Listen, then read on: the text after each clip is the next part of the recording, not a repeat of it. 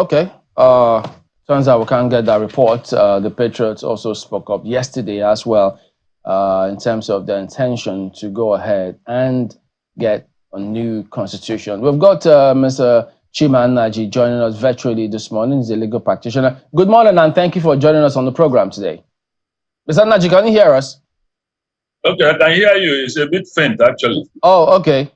But I can hear you. All right. So, yes. This, the Patriots is not the first time they've met the president, National Assembly. They submitted documents there, so they're moving on with their quest to ensure that this is done.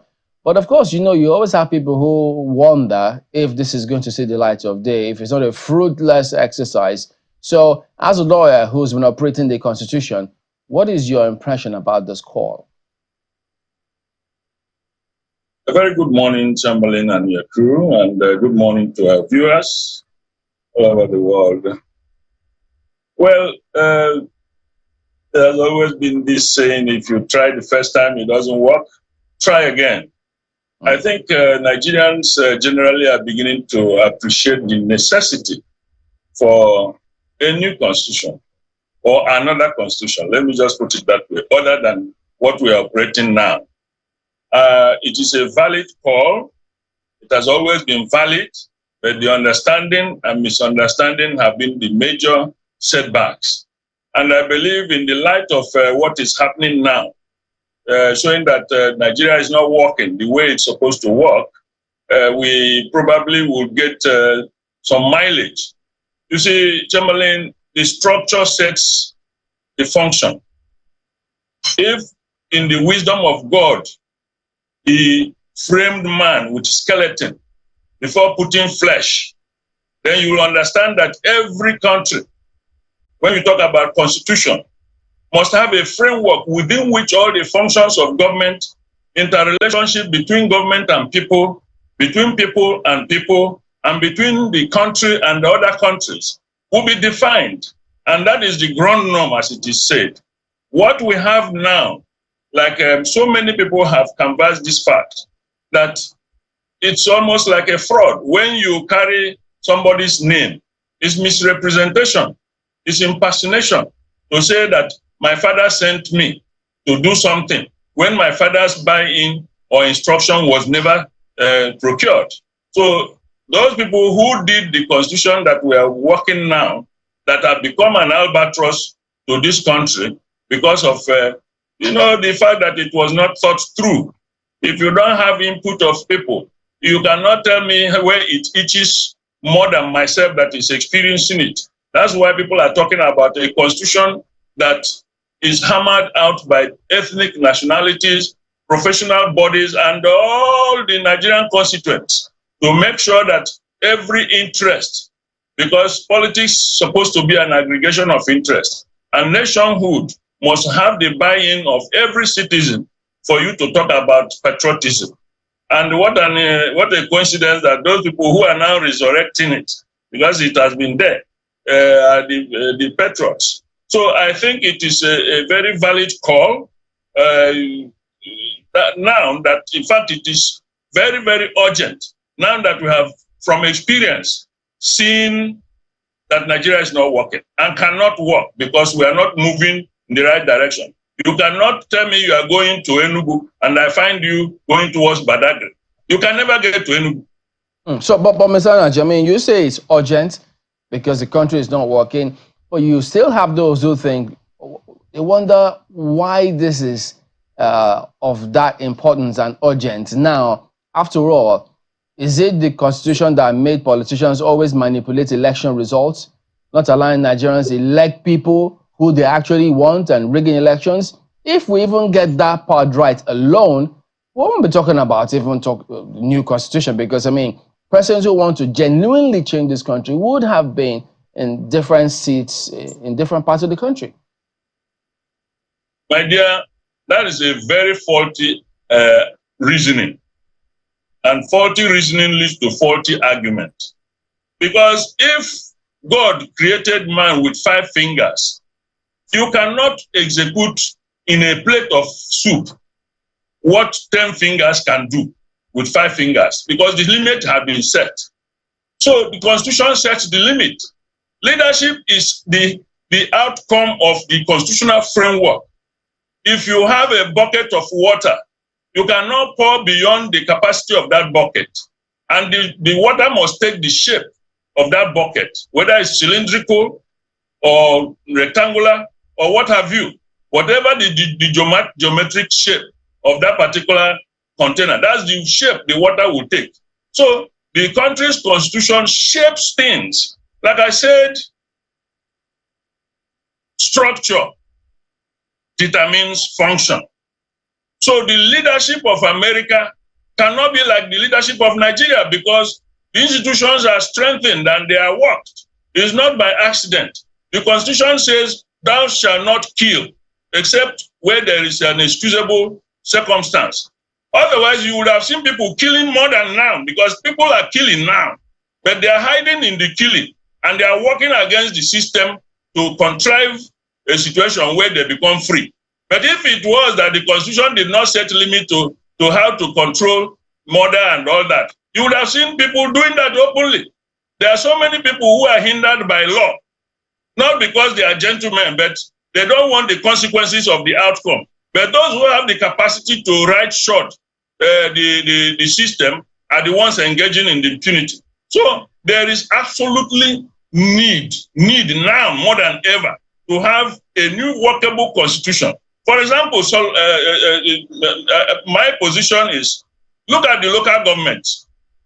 Yes, we are celebrating that the autonomy has been given to local government, but in the new constitution, there should be a need to liberalize local government creation and make local government to be subject to states. If you want to create 100 local governments in your own state as the administrative centers, that's your business. Remove it from the constitution because the relationship between the federal government should be between the states, the two-tier. I have not seen a three-tier federation that works. It cannot work. Our own system was hammered out by the military because they didn't think through, and it was contrived. And I use that word very advisedly and responsibly. It was contrived, and it is no longer working because the fixation was on revenue allocation and not on administrative benefits to the people in terms of development. Go around. Some states that have 100 local governments that have been split into 2. No development there. They have been sharing the money. So if we hammer out a new constitution that is beneficial to every segment of this country, Nigeria will blossom in few months. Well, if we go take a look at some of the demands, the highlights of the Patriots' call for this new constitution, which some people still have a lot of questions, which you will get to see sooner. But before that, while that is coming up, let me also ask you, what is not in this current constitution that you think will be in the new one that will make any difference? First and foremost, it will have the buy-in of the greatest majority of Nigerians. Who will own it? Chamberlain, if you do not have belief, conviction that a law is made to protect your interests, you can only obey that law by enforcement, not by willing compliance. You will not. So this constitution is not working for many Nigerians. In fact, it's working against many Nigerians, and that is wrong. Now you have a behemoth called the federal government. It should not be so. The size is bloating, and that gives the larger-than-life impression to anybody who is at the presidency, because so many others will begin to chant that you are next to God, you are next to God, and somebody will now have a bloated sense of self, and that at the end of the day, nothing happens because you are sucking in the self-adulations and so on.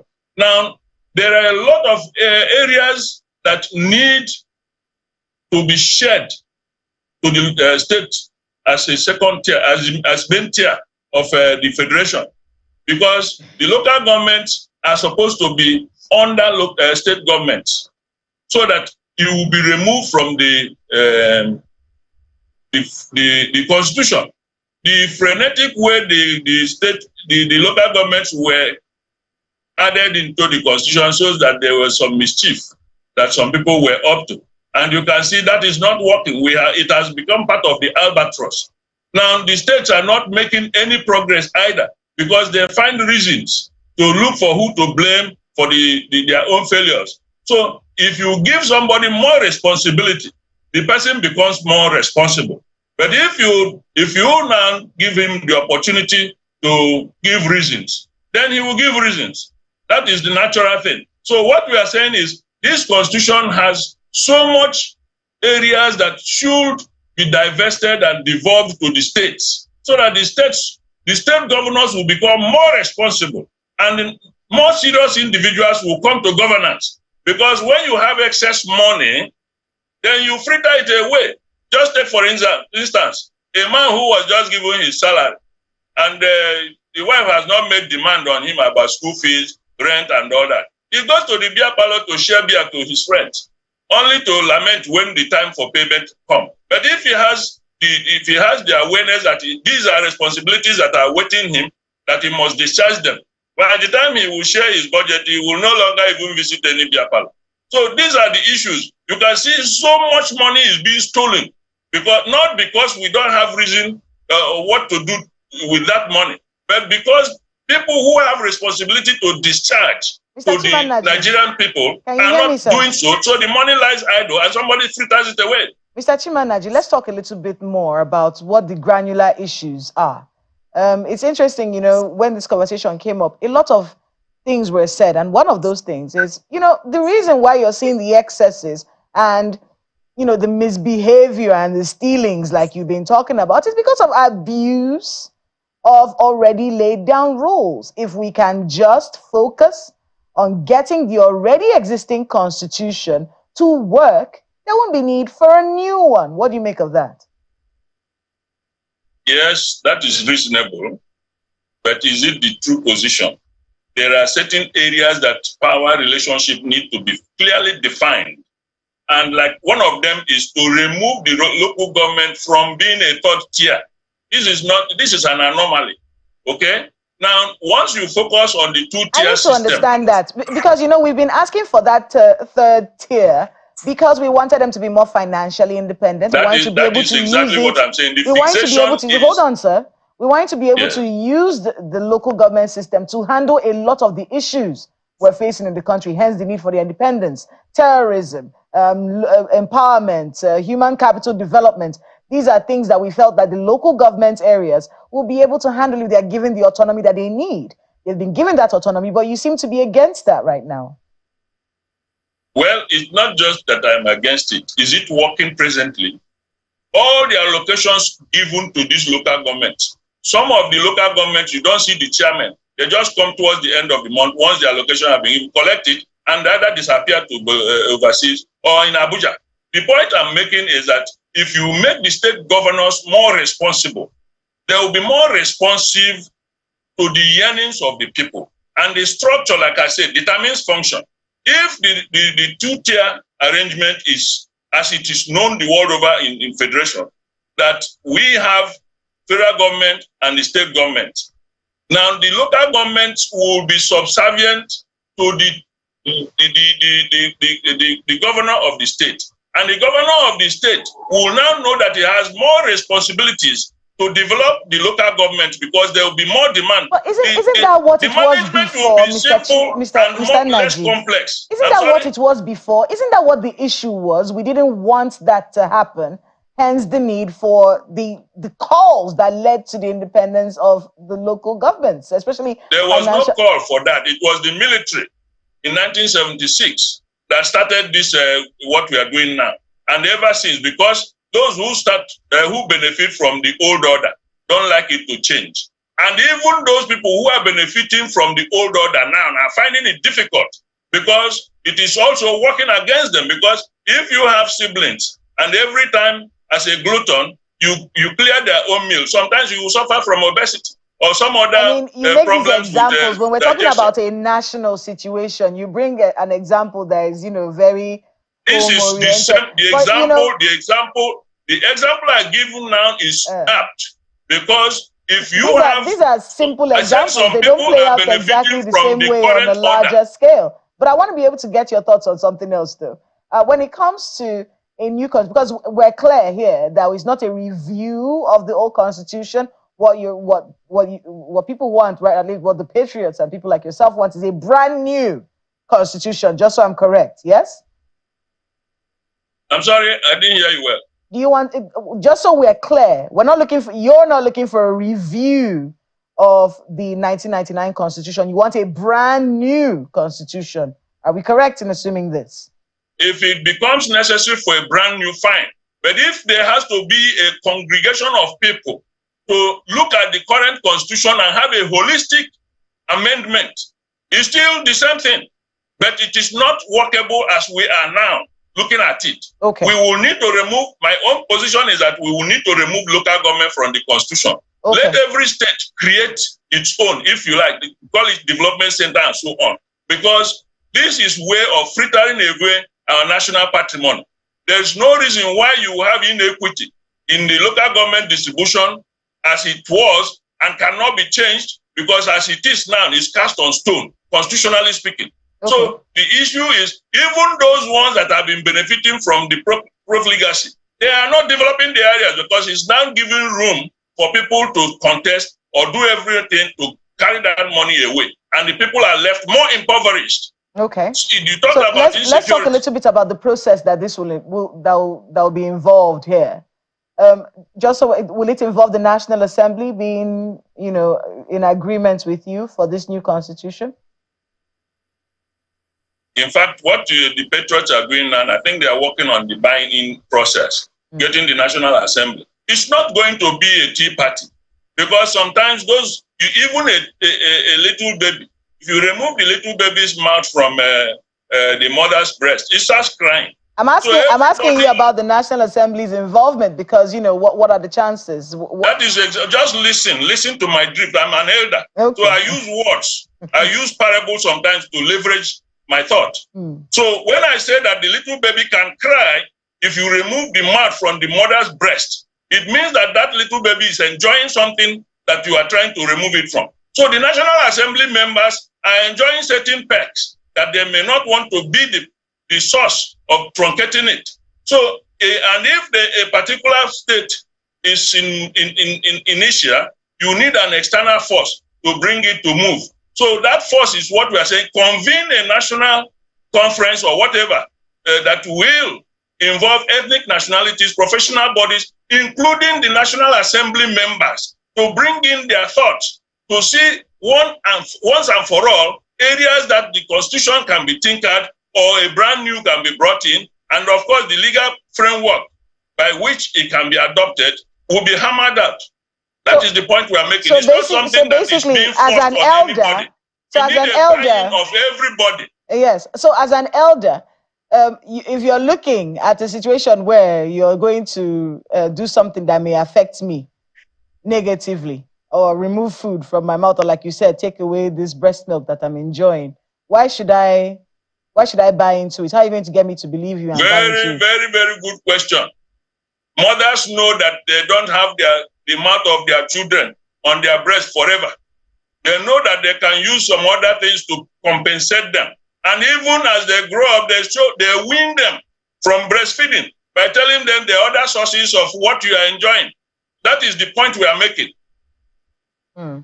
That's a very interesting plan, and I hope it actually works out. Let me tell you, so happiness is derivative. Who's going to convene this? Derivative. If your neighbor is not happy and you are happy, you cannot be absolutely happy. Who's going to convene this Congress? Who's going to do the convening in your view? Is it the president? Is it going to be where is the convening going to be done from? My dear, you see the effort the Patriots and other well-meaning Nigerians are making now show that it's not a coup that is being advocated. It has to have the buy-in of even the present government. Good thing, the present president has been in the forefront as a democratic proponent that there should be some changes and so on. Well, I know that the view of the road changes when you move from the passengers to driver's seat. Maybe that is what is holding him. But I know that he's completely aware of why this should happen. Many other Nigerians are beginning to see why this will happen. If you have been doing one thing, the same time, the same thing every time, and it is not working, what do you think that should happen? You must try another option. That is progress. That is being progressive. So, Mr. Nnaji, can you tell us how is allowing, or how will allowing the governors create any amount of local governments they want, how will that stop the profligacy, which people say has been the bane of the system? For example, there is inequity in the distribution of local governments now. So if equality is equity, that's a legal maxim. If you have 36 states, if you look at the distribution of local government, the way they were created by the military, and then they are made to participate in the national patrimony by way of revenue allocation, then you see so many other states or areas are excluded from access to the national patrimony, not even in an equitable manner in which they contribute. So if you have states on an equal basis, fine, no problem, as the federating unit. Now, if you want to develop your own state, you must think, and that's the responsibility I'm talking about, that the state governors will now have become more cerebral rather than visceral, the way we are now. The system encourages corruption, sharing of money, and bickering at the end of the day. But if you have a state that says, okay, I can do with 10 local governments, then you create development centers, and the important thing is the administrative system you have put in place, an equitable administrative system that will ensure the maximum development of the areas and the welfare of the people. So be it, others will copy it. But what you have now is a national disgrace. In the terms, this is without prejudice to what the Constitution, the Supreme Court has done by so-called local government autonomy and all that. You could see that even some people were resisting that autonomy. Now, if you remove the local government from the Constitution, it becomes the responsibility of the states, whatever they want to create. That is their business. And you see, it will bring more pressure on the state governors to find means of developing their state, instead of saying the local government chairman has taken the money and disappeared, or even take it from him or from them indirectly. While the local government chairman will go to prison, the state governor who took it without any documentation will now be walking the street. Well, that is the point we are making. That clearly suggests you don't agree with the Supreme Court judgment on that matter. I'm sorry? You don't agree with the Supreme Court decision on that matter? I don't agree. The Supreme Court was deciding on the courts are realists. They are not speculators. The Supreme Court decided on the situation as it is on ground now. Okay. The court does not speculate on what should be the best. It doesn't go that way. It deals with the matter before it. Right. And that is why some of us are saying, remove this thing. The Supreme Court looked at the way that they fritter away money belonging to them and looked at the Constitution as it is now. That's why I'm also talking about constitutional amendment or change of that area to make sure that we address the critical issue. The amendments that have been going on since 1999 have not taken us anywhere because they have been piecemeal. And if you put together the amount that each time you spend almost 1 billion naira or more to do constitutional amendment. And these amendments, there's nothing fundamental other than you find that some people will sit down and share the money, and that's the end of the day. They'll just come out with 1 or 2 amendments. Well, we can't go on like this as a country because the resources are dwindling. We need to have people who are thinking and who will increase the cake, and not always talking about how to bake, how to share the cake. All right, Ayo, you looked at some of the provisions too of that, particularly this angle, which Mr. Nnaji has been talking about. What's your take on it? Ayo, go ahead.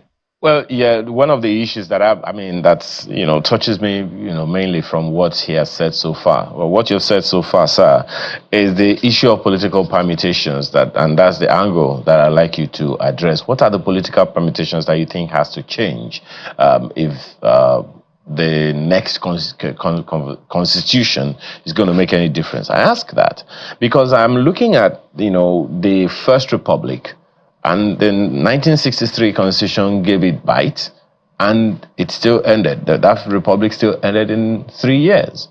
I'm looking at the Second Republic as well, between 1979 and 1983. It ended. For one reason or the other, it had a constitution that we still refer to as better than the one that we have now. We had the Third Republic as well, which was supposed to be powered by a particular constitution that I don't think ever really got off the ground.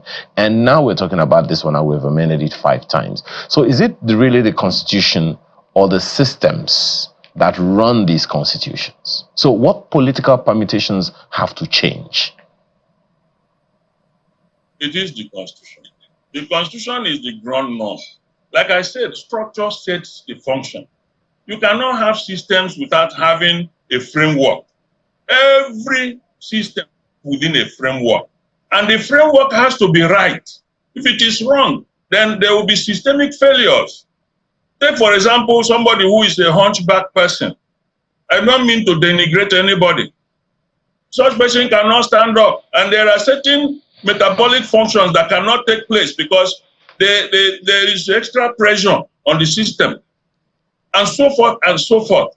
The point I'm making is that if the Constitution is right, every other function, institutions will be stronger. And then the leadership, take for example, the universities. If you go to the university, there are certain things that you are expected. The pre-qualification issue, whether you have WASC or schools, GCE or whatever, there is a presumption that if you have been able to achieve that, then you will be in a position to do some critical thinking and succeed in the academic. It is a framework that has been set. If it is not set, then every Tom, Dick, and Harry will go to the university and be causing trouble. So if a system selects what should succeed and survive and be sustained in the system, anybody who wants to work the system must comply. So when we are saying America is working, developed countries are working, it is the system that is hammered out and made possible by the framework, the ground norm, the Constitution. If you say we the people, nobody should do so and so to the citizen. For example, now, if you are walking the street, somebody can kidnap somebody, and the person that kidnapped may be free because of connection and impunity. But if the Constitution provides a certain leverage for equality of citizen treatment, we have it here in human rights hunting, but there are more breaches than enforcement of human rights in this country. And it depends on who is at the helm, which is not supposed to be.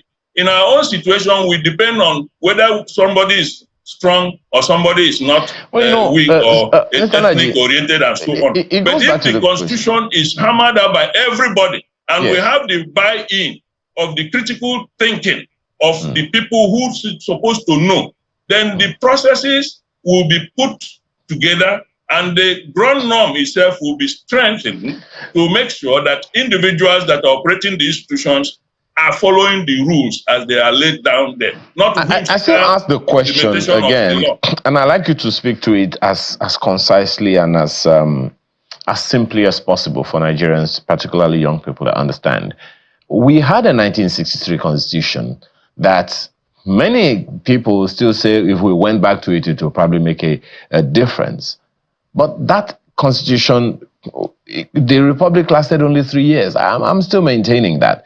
This constitution is the one that we have used for the longest democratic experience we've had. 25 years and counting. Previous constitutions never lasted up to 5 years. But this one has lasted us until now. Perhaps we can say it is the resilience of the people. Yes, there is something clearly wrong with whatever it is that we have now, which is making some people, elders such as yourself, to say we need to address it. So it's about the people.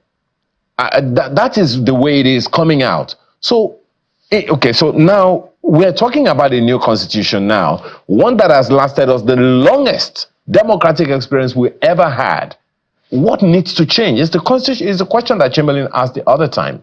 Politicians will still be politicians. They're still the ones that are going to run the same constitution, the same country, and it's the people that are still going to run this constitution. So the political permutations is something that people are still talking about. Are we still going to go into the different regions? Are we going to maintain the system the way it is right now? Are we going to have a unicameral legislature or a bicameral legislature? What exactly needs to change? Are we going to have Supreme Courts at the state levels? What are the structural, soft or hard infrastructure that needs to change if a new constitution will make a difference in our country? Very well, Ayo. You see, now that we're now bringing it down to that level, my own position is that we don't need the 36-state structure.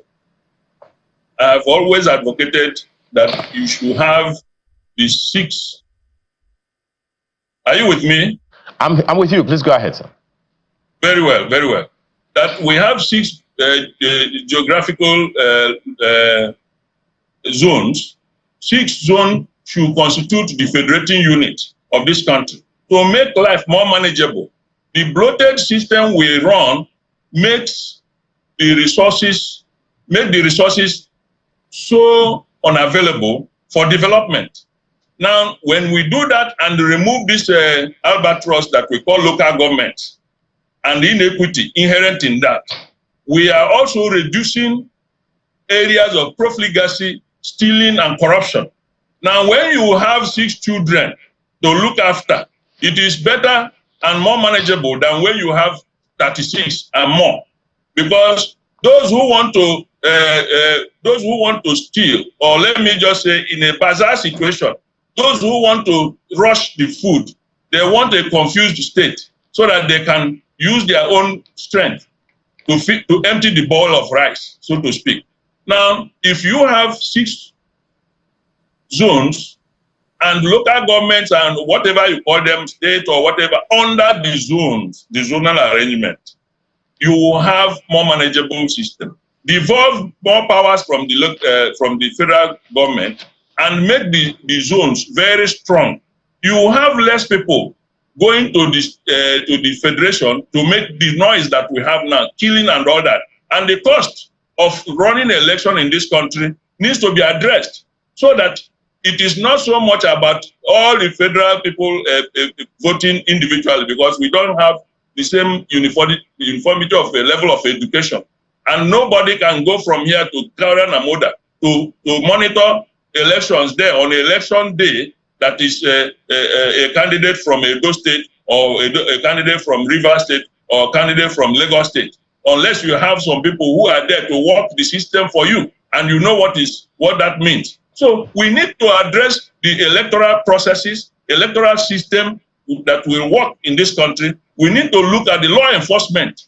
In the light of these security challenges that we are having, it will be foolhardy to continue to insist on one central command. It is not working. And so even you talk about police now, who are equipping the police? Is it not the state government? And it becomes a refrain for some of them to say they have spent so and so amount equipping the police, but you don't see some of the results. So that means that the security votes may have been dissipated unfairly. So there are so many things that it's not me that will sit down and hammer out everything. I have my own. If I have to submit a memorandum, I will do that. But what we are doing now, part of which I am doing, is to advocate that those who have been benefiting from the old order must look at what they have benefited, whether they could have benefited more in a new order, and allow the system to work. But you know, there are those who would remind you. It's better to have your son in the school, being better educated, than putting him before you to brag to your system, to your people that you have a son. And Mr. Nnaji, you know, there are those who would argue, who would postulate with you and say that we have practiced a regional system before. The northern region, the western region, the eastern region, and all of that. And we know where it got us at the time. But now you are proposing that we go back to the regional system. How exactly? I said zonal. If you call it region, no problem. Okay, so I don't know how zones differ from regions, but hey, if that is to be, what economic permutations? Yeah, what economic they also differ. Okay, so what economic permutations will change? Because at the end of the day, whatever the policies or politics, it has to be about the economy and how that affects the people. So what economic permutations have to change? The economy will be addressed because the philosophical bent should be a smaller a federal government and more vibrant and very vibrant zones. Because zones should carry more load now than the federal government. And then the federal government will better focus in an efficient manner the critical functions of federal government all over the world, defense, currency, and the like. Instead of going into even agriculture, land, whatever, because those things give room for certain ethnic tendencies. And those people who believe that it is their own person that is at the helm of affairs begin to hammer out a lot of ethnic agenda that they canvass. Even when the person that is at the power may not have bought it, they use that to canvass and intimidate people in the media. And that brings divisions, bitter divisions. We have seen these experiences. The experience of the regions in those, it was not the regions that failed. It was that there were certain rooms that were not covered, certain areas that people exploited it. And that is why it is important to have, after all, you see the way it was hammered, that particular regional constitutions, the way they were hammered, it's not going to be the same way that the experience that we have now, the level of education, the level of experience, the level of pain, the fact that people now know we are going nowhere. If you think that you are headed to the lagoon and you are telling the driver to pedal the car, you are going to commit suicide. And that is what many Nigerians are calling for, that we should not commit this suicide. Let us change course. If you know you are going to Abuja and you have not reached, you have even reached Okene, and you find that you are on your wrong route, actually you were going to Port Harcourt, you need to reverse. Okay. You don't need to continue to hit Abuja just to impress people. Well, Chamberlain, I would say that this is perhaps the beginning of conversations on this matter, wouldn't you say? Well, Mr. Nnaji has raised quite a lot of issues, but you still have people who think, are we sure we're not confusing some things? For instance, if people were not obeying the 1999 Constitution in the breach, we would be way better off than we are today. So they still think, even if you have this new Constitution, what is the guarantee that they will not be the same attitude that people will still bring to the new one? Generally, that is the problem with Nigerians. We sit down, yes, speculate about why things may not work. But before you set out your trip, if you want to move, the motivation has to be there. If somebody calls one in Lagos to come and take money in Cotonou, the person's thought will not be on whether he will be kidnapped. But if you tell him to come and deliver something to somebody free, he will begin to build reasons why he cannot make that trip. So we need to have that positive motivation. Let's try something new, because the old one is not working. That is the point we are making. Nigerians have become wiser now. The last small protest that went wild eventually demonstrate the level of anger and hunger. And some people now know that those people whom they think were their leaders were not leading them. They were dealers, using them as means of dealing for their own end. So the issue is, let us come to the table. All right. Even if nothing else, to see how we can work out a better, you cannot demand patriotism. All right, Mr. Nnaji. You don't demand it. You do it, you take care of the citizens, and they return patriotism. And just as you said, so that those who want to rush the food do not get the opportunity.